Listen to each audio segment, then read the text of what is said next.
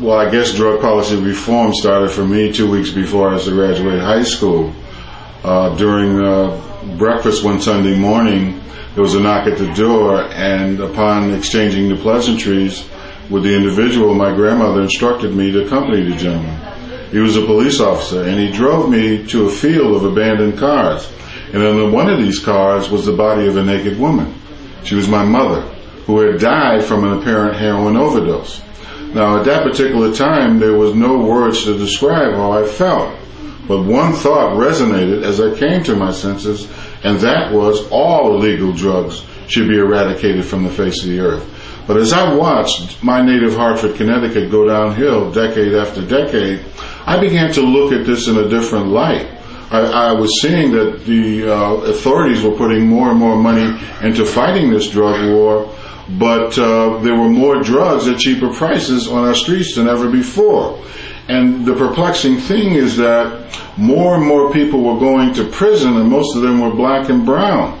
And I after about 20 or 30 years, I began to realize that the drug war wasn't working. So this issue has been pushing me toward being a reformer in a drug policy movement for almost 3 to 4 decades. I was working at Southern New England Telephone when they arrested one of my supervisors in another place for supposedly selling drugs. And I knew this guy for 10 years. He didn't smoke, he didn't drink, he didn't even have a girlfriend. Come to find out, unbeknownst to him, my supervisor, he was introduced to a drug dealer. The drug dealer gets busted, and in order for him to get leniency, he has to finger X number of people. They gave him 10 years on the conspiracy theory surrounding drugs. That next week, I retired early at 52, and I've been on the road with drug policy. I got involved with LEAP through Jack Cole, because Jack Cole became active into drug policy reform movement. And Jack and I used to sit on countless panels talking about the war on drugs.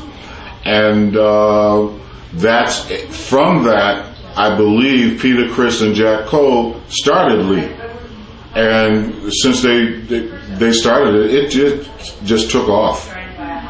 And it's probably the premier organization within the drug policy reform movement, because law enforcement personnel bring a great deal of credibility to this particular issue.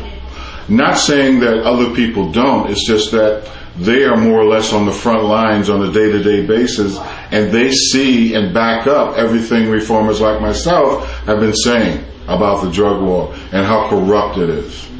My wife and I were traveling all over the world, and we saw this heroin maintenance program and found out that in the early 1900s they had heroin maintenance here in the United States. In Missouri, in that area, but the program was sabotaged because it was too effective. And see, then you begin to realize that the war on drugs has absolutely nothing to do with drugs. It's about power, control, coercion. It's about money, plain and simple.